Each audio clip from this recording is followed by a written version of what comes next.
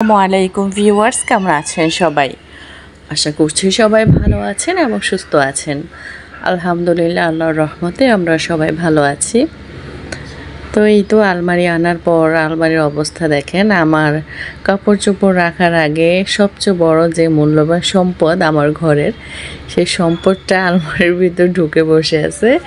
সে হচ্ছে খুব আনন্দ পাচ্ছে। একবার হচ্ছে যেহেতু ফাঁকা, একবার ভেতরে উঠে শুয়ে থাকতেছে, আবার হচ্ছে বের হচ্ছে, আমাকে বলতেছে দরজা লাগিয়ে দেওয়ার জন্য সে ভেতরে ঢোকার পর। তো যখন আমি দরজা লাগাতে যাচ্ছি তখন আবার চিৎকার করতেছে। মানে এটা হচ্ছে তার একটা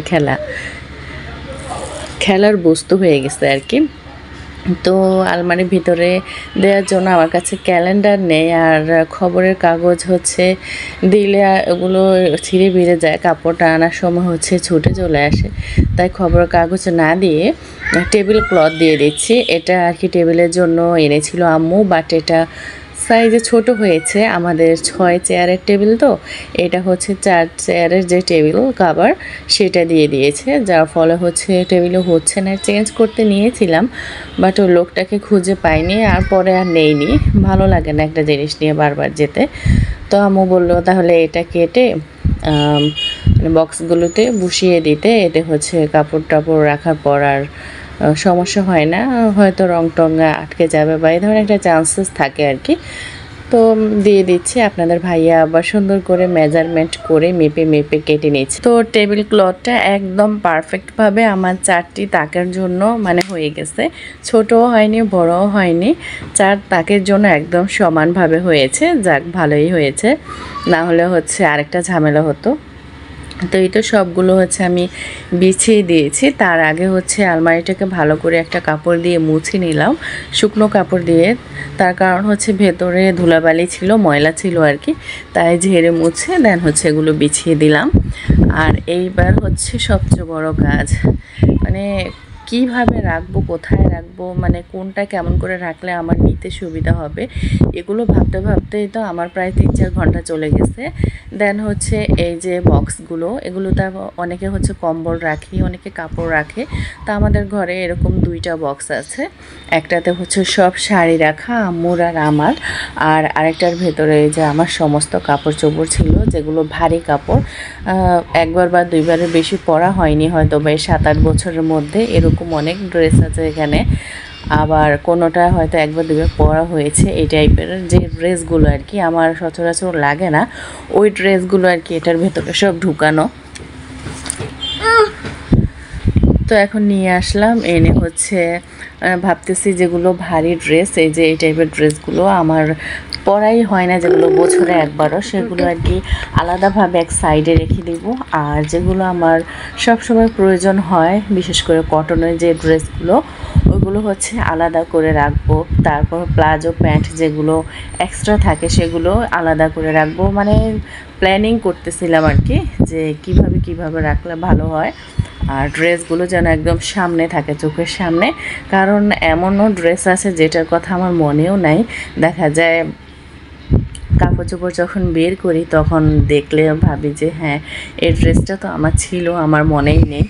মানে এই টাইপের আর কি। এই যে এই ড্রেসটা, এটা বানিয়েছিলাম আহার যখন খুবই ছোট, 4-5 মাস বয়স হবে, তখন আর কি বানিয়েছিলাম। আর এখন অবধি একদিনও পরা হয়নি। কাপড় চোপড় নিয়ে যেই বসেছি, এই দেখেন আরেকজন ছিল কিন্তু তার নানুর কাছে, সেখান থেকে এসে আমার উপর হামলা শুরু করে দিয়েছে। আমার কাপড় বক্সের ভেতর ঢুকে বসে আছে, আমি যে কাপড় বের করব সেটাও বের করতে দিচ্ছে না। এইরকম আর কি জ্বালা যন্ত্রণা করে। ও ওই রুমে ছিল, তাই আমি ভাবলাম যে একটু কারেন্টটাও আছে যেহেতু, ঠান্ডায় একটু গোছগাছ করে ফেলি। কিন্তু কে দেয় কাকে, সে উঠে এখানে আমাকে খুঁজতে চলে এসেছে, এসে বক্সের ভিতর ঢুকে বসে আছে, কষ্ট মষ্ট করে একটু সরিয়ে। তো এখন হচ্ছে আরেকটা ড্রেস বের করে নিলাম। এটা খুবই স্পেশাল ড্রেস, কারণ এটা হচ্ছে আমার বিয়ের পর প্রথম যে ঈদ ছিল, সেই ঈদে আপনাদের ভাইয়া আর কি আমাকে গিফট করেছিল। ড্রেসটা দেখতে সিম্পল, কিন্তু এটা পরে এত আরাম বলে বোঝানো যাবে না। এটা একটা পাকিস্তানি ড্রেস আর কি, দারুণ। কিন্তু ড্রেসটা পরলেও সুন্দর লাগে। এটা পরে আপনাদের ভাইয়ার সঙ্গে ঘুরতেও গিয়েছিলাম বিয়ের পর আর কি। তো এটা আর কি একটা মেমোরি। এই ড্রেসটা আমি মনে হয় 3-4 বার পরেছি। এখন হচ্ছে পরতে পারতেছি না, তার কারণ হচ্ছে এখন ফিটিংস হয় না, যেহেতু এখন মোটা হয়ে গেছি আহাদ হওয়ার পর আর কি একটু বেশি। তো এই যে এই ড্রেসগুলো, এগুলো এখন গায়ে হয় না, কারণ এখন আমি অনেকটা হেলদি হয়ে গেছি। আর ওই যে যেটা দেখলেন গলায় কাজ করে, সেই ড্রেসটা তো এখনও অবধি একদিনও পরা হয়নি। এই যে দেখেন, এটা হচ্ছে ভেতরের গাউন, আর উপরে ছিল ওই নীল কোটিটা।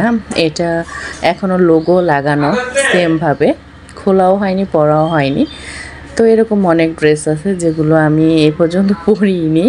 তো যাই হোক, সবই হচ্ছে খুব স্পেশাল, তার কারণ হচ্ছে সব আমার নিজের চয়েস করে করে বানানো। এটা আমার ভাই আমাকে গিফট করেছিল ঈদে মনে হয়। এটা পরেছি আমি 2 দিন, আর এটা কিনেছিলাম একটা অনলাইন পেজ থেকে। এটা হ্যাঁ, এটা পরে আপনাদের ভাইয়ের সঙ্গে একদিন হচ্ছে ডিনারে গিয়েছিলাম আমার বোন সহ। তো এই তো মোটামুটি হচ্ছে আমি একটা তাক আর কি গুছিয়ে উঠতে পেরেছি এতক্ষণে। এখন আর পারবো না, বাকিটা হচ্ছে পরের দিন আবার করব, কারণ প্রচণ্ড টায়ার্ড লাগতেছে। তার উপরে কারেন্ট চলে গেছে, গরম। আর এই যে এই টাওয়ালটা দেখাচ্ছি, তার কারণ হচ্ছে এটা আমাদের বিয়েতে পাওয়া, গিফট পাওয়া আর কি। শাড়ি ব্লাউজের সঙ্গে এই টাওয়ালটাও ছিল। তো এটা খুব সুন্দর দেখে, মনে হয় যেন হাতের কাজ করা। এটা আমি ইউজ করিনি, যেমনিটা তেমনিই ছিল। আর এই যে এটা হচ্ছে আমার পরদিন সকালের ভিডিও। রাতে আবার বসেছিলাম, বসবো না বলতে বলতে আবারও বসেছি। বসে যা যা ছিল সব একদম গোছগাছ করে ফেলেছি। তো লাস্ট ফিনিশিং আপনাদেরকে একটু দেখিয়ে দিচ্ছি। উপরে রেখেছি হচ্ছে কম্বলের একটা সেট, আর ব্যাগ আছে, আমার কিছু পার্স টার্স আছে উপরে। আর এখানে রেখেছি আপনাদের ভাইয়ের সমস্ত লুঙ্গি, পাঞ্জাবি, টি শার্ট, প্যান্ট, তারপর হচ্ছে শার্ট। আর এটা হচ্ছে আমার মোবাইলের বক্স, যদিও কোনো সময় লাগে তাই আর কি রেখে দিয়েছি। আর এপাশে হচ্ছে আমার ড্রেসও আছে। আপনাদের ভাইয়ার কাপড় চোপড় খুবই কম, তার কারণ হচ্ছে আপনাদের ভাইয়া তো এখানে থাকে না, তো তার রেগুলার ইউজের যেসব ড্রেস সেগুলো তো তার কাছেই আছে। এগুলো আর কি উঠানোর ড্রেস।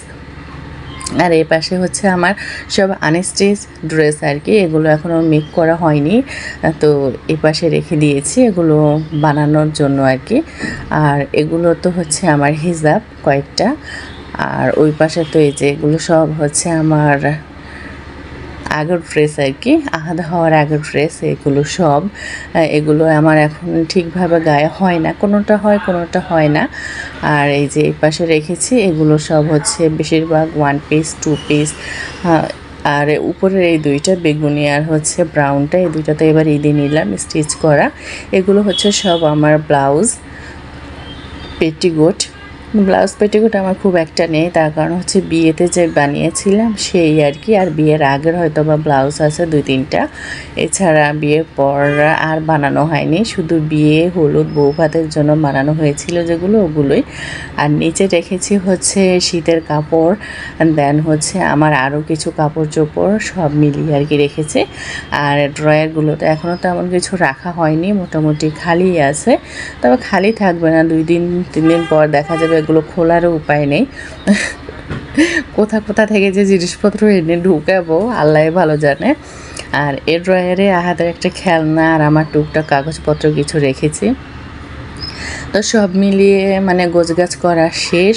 মনে হচ্ছে যেন মাথা থেকে একটা অনেক বড় বোঝা নেমে গেছে, এরকম মনে হচ্ছে। আর ওই যে ওই পাশে 2টা ঝুড়ি রেখেছি, ওইগুলোর ভিতরে হচ্ছে টুকটাক আমার প্রয়োজনীয় কিছু জিনিস, আপনাদের ভাইয়ার, আহাদের কিছু জিনিসপত্র আর কি আছে ঝুড়িগুলোর মধ্যে।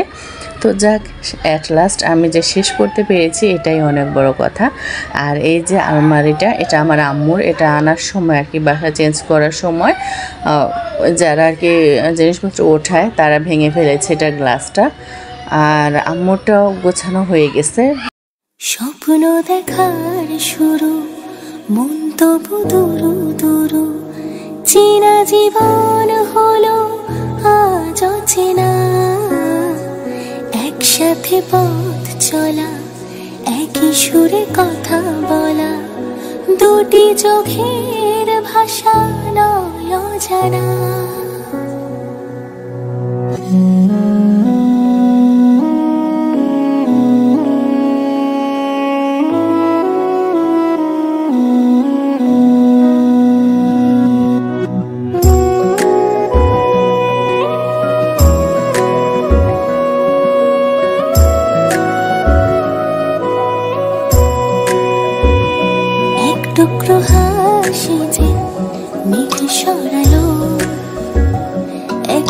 একটু খুশি যে চাঁদ ওঠালো, এক টুকরো কথাতে মন হারালো, এক টুকরো আশা যে হাত বাড়ালো। ভালোবাসা ছিল মনে একা, তুমি আশা হয়ে দিলে দেখা, প্রেমের ছোঁয়াতে এমন হারালো।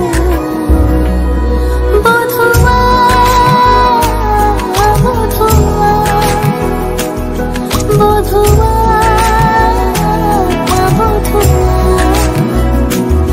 বধুয়া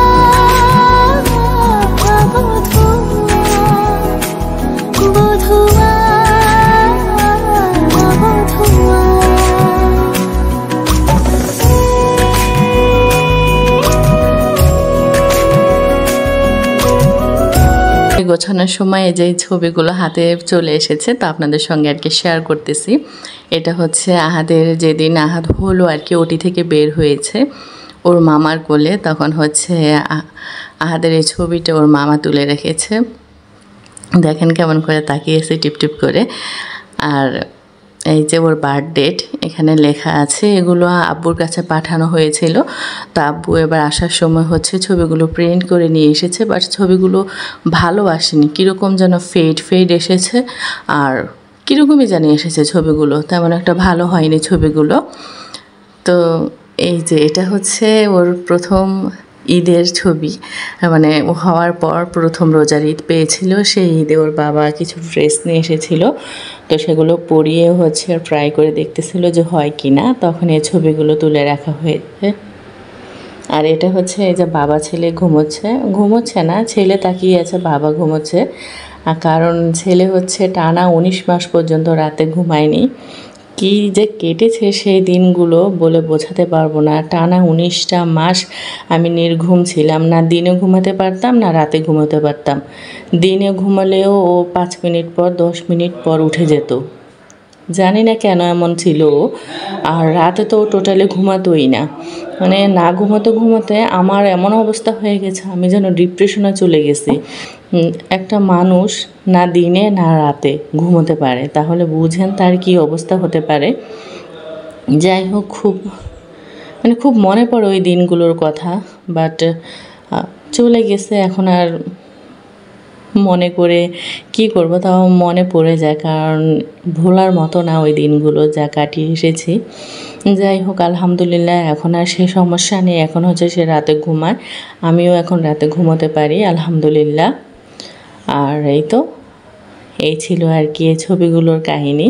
এখানে আহাদের প্রায় 3 দিন, মানে প্রথম দিন 3 দিন 7 দিন, দেন হচ্ছে 3 মাস 4 মাস, এরকম প্রচুর ছবি আছে এখানে কিন্তু একসঙ্গে। আর আজকে হলো একটু বাইরে গিয়েছিলাম আহাদকে নিয়ে, তো সেখানে একটু বেশি না, একটু টুকটাক একটু ভিডিও করেছিলাম, সেটাই সঙ্গে শেয়ার করে দিলাম। তো আমাদের ভিডিওগুলো যদি আপনাদের ভালো লেগে থাকে তাহলে প্লিজ চ্যানেলটিকে সাবস্ক্রাইব করে দিবেন, সাবস্ক্রাইব করে পাশে থাকা বেল আইকন ক্লিক করে দিবেন। তাহলে আজকের মতো আমি এখানেই বিদায় নেব। সবাই